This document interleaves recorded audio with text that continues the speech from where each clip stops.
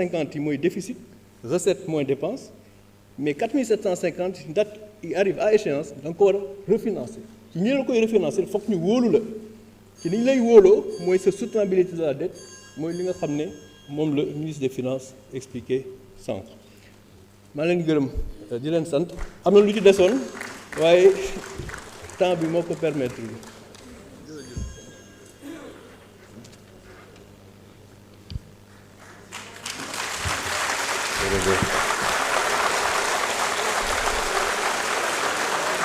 Merci beaucoup. Monsieur le Président de l'Assemblée, honorables députés, mbokk Sénégal yëpp ñi mu ko war a wax waxu leen ko. ñi mu ko war a wax rek waa bitim réew wala waa Fonds monétaire ñi ci jiitu mooy le peuple sénégalais.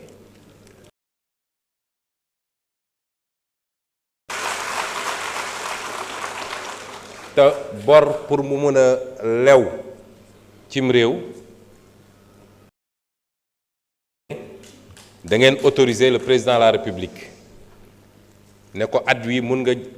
nekkul ci cadrage budgétaire bi bor boobu dañoo wor askanu Sénégal ndax dañ koo jël ci turam te moom yégul te moom moo ko war a fay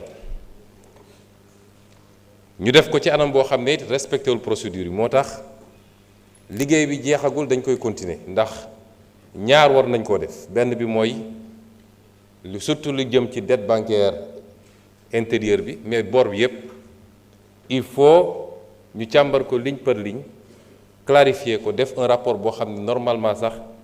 gouvernement da ko war a publier wala ñu adossé ko à la loi de finances bi ngeen xam ne moom ngeen war a wote loolu souci de transparence la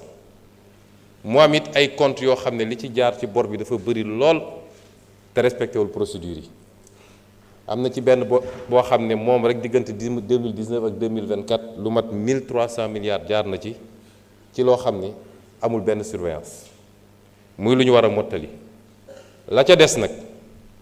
mooy li nga xam ne moo concerné le peuple sénégalais parce que dafa am ku laaj léegi presse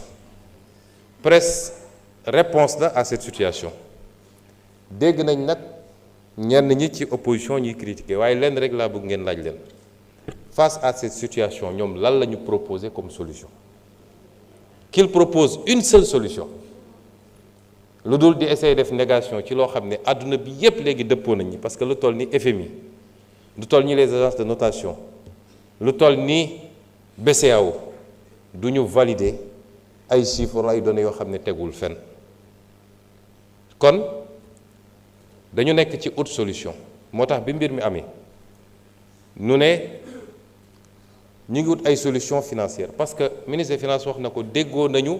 daanaka ak FMI ci discussion yi lu bëri loo xam ne ñoom dut la woon ci ñoom wala weddi nañ ko bi ñu ñëwee toog ak ñoom mujj nañ koo dëggal ci suñu capacité ramener le déficit ci nañ ko bëggee sur les projections de croissance et cetera mu des benn rek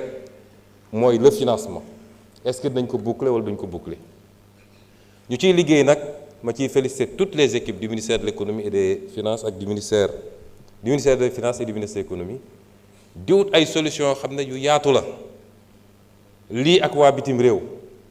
moo tax barki démb gis ngeen ma tukki ànd ak ministre des finances ak directeur de cabinet ci wàllu woowu la waaye ñun dañoo mës a gëm ni yàlla bay sa tool te war nañoo fexe ba di wut des solutions endogènes loolu moo andi le plan de redressement économique ku koy critiquer rek nañu proposer une solution à la place plan de redressement économique bi ñaar moo ko tax a jóg ba ca jëkk mooy fexe ba li nga xam ne lu fondamental la ci ñun ci financer suñu koom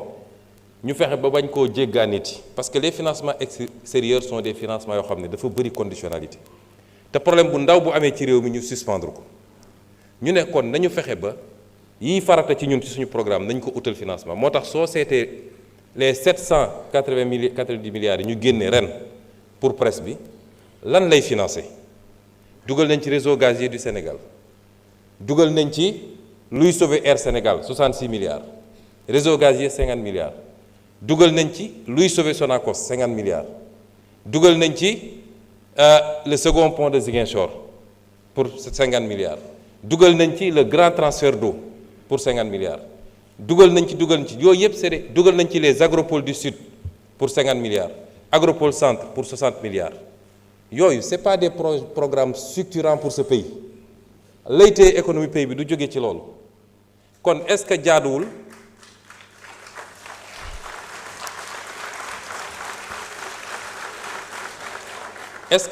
ñu war a mën a demander au peuple sénégalais ñun ñëpp bëgg le bien-être du Sénégal état nag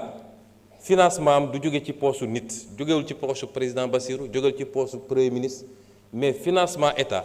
la ca ëpp ak noo mën a leb la ca ëpp mi ngi jóge ci contribution intérieure yi mi ngi jóge ci l'impôt gi état yépp nag ci àdduna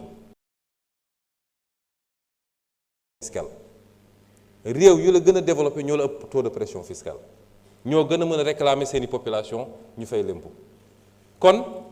su dee dañu bëgg réew mi defaru soit ñu continuer ci maquillage bi ñu ne woon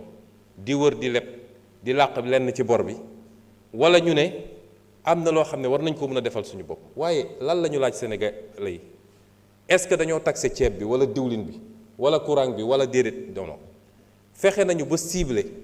des types de dépenses yoo xam ne du ci benn du ci dépense essentielle pour ki koy def loolu ci yërmande la ci ni ñuy taxé muy les jeux de hasard muy le tabac muy les boissons alcoolisées ak yeneen ak li nga xam ne effort état bi la ci réduire le train de vie de l'état rien que ci arbitrage budgétaire ren bi man ak ministre des finances ñoo ci liggéey ak direction du budget plus de 280 milliards d'économie budgétaire ci li ñu wàññi ci séminaires yi ci voyage à l'étranger ci yenn ak yeneen pour mën a yokk capacité état bi loolu boo ko boolee dëxañ ko yooyu yëpp moo ñuy permettre ñu dégager des marges budgétaires waaye une partie du presse parce que 499 milliards moo jëm ci financer des projets sur les 790 milliards ak yu des la ca des dafa dem ci consolidation budgétaire bi ñu xool nu ñuy faire évoluer le solde budgétaire te soo seetee mi ngi jóge ci moins 81 milliards pour nekk tey ci presque moins 600 milliards ça veut dire que presse bi am na impact bu significatif ci li ñuy def kon temps bi du maye ma tënk li nga xam ne mooy impact presse bi parce que dañ cee liggéey ak le ministre conseiller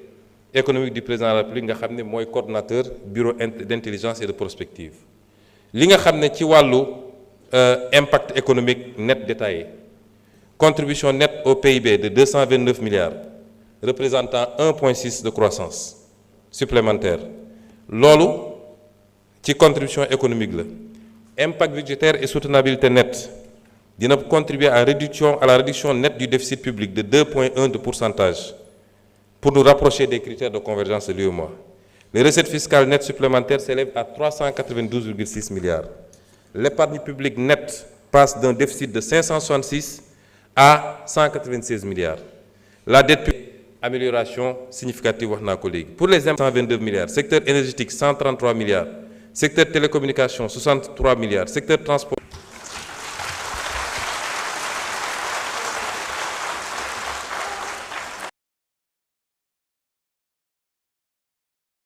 mbooloo mi ne utilisation téléphone yi dañ ko interdire règlement intérieur article 63 surtout ñi filmer ak yooyu